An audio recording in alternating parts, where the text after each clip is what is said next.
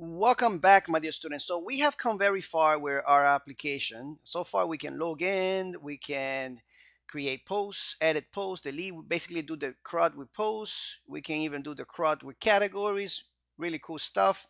We have even a custom feature here where we can create multiple posts if we want, and we can, of course, use that feature with any other data that we need, right? We can modify it. So there are a couple other features that I want to include here, but one of the most important features is that I want to include is the creating comments on each of these posts. Okay, I think that would be a neat feature to have, and of course, because this is like a blog in a way, um, it's something that it's needed here. As you can see, it would be pretty nice to have something like this. So let's go ahead and start creating it, and let's see how we can attack this situation.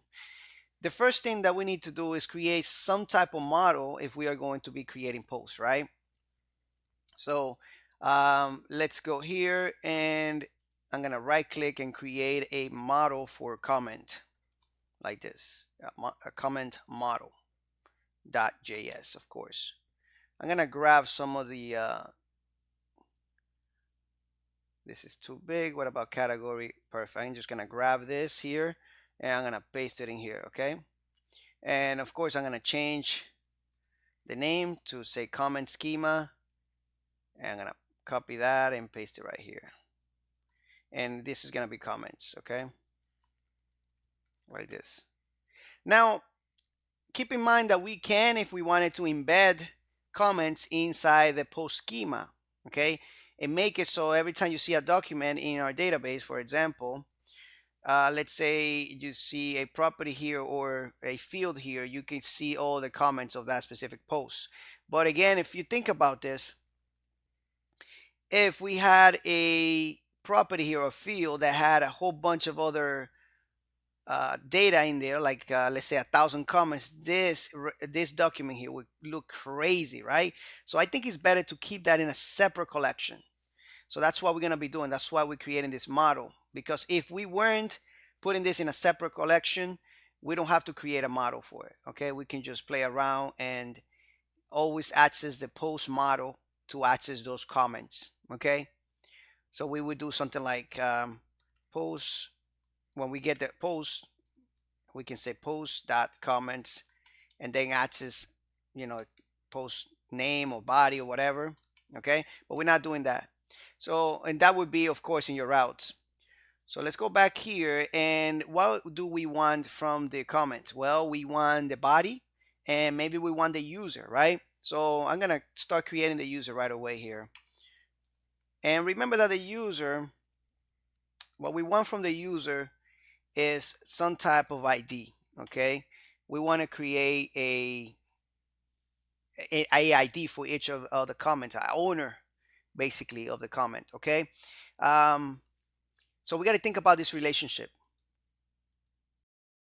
We create a user, and of course, we need a user for each comment anyway.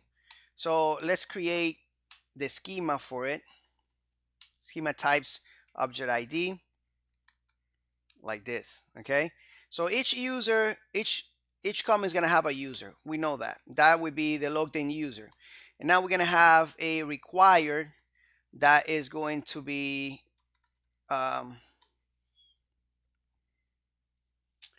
actually the user's model. That's where we need that users from, okay? From here. So now in the post table, and let's actually finish this up. Body,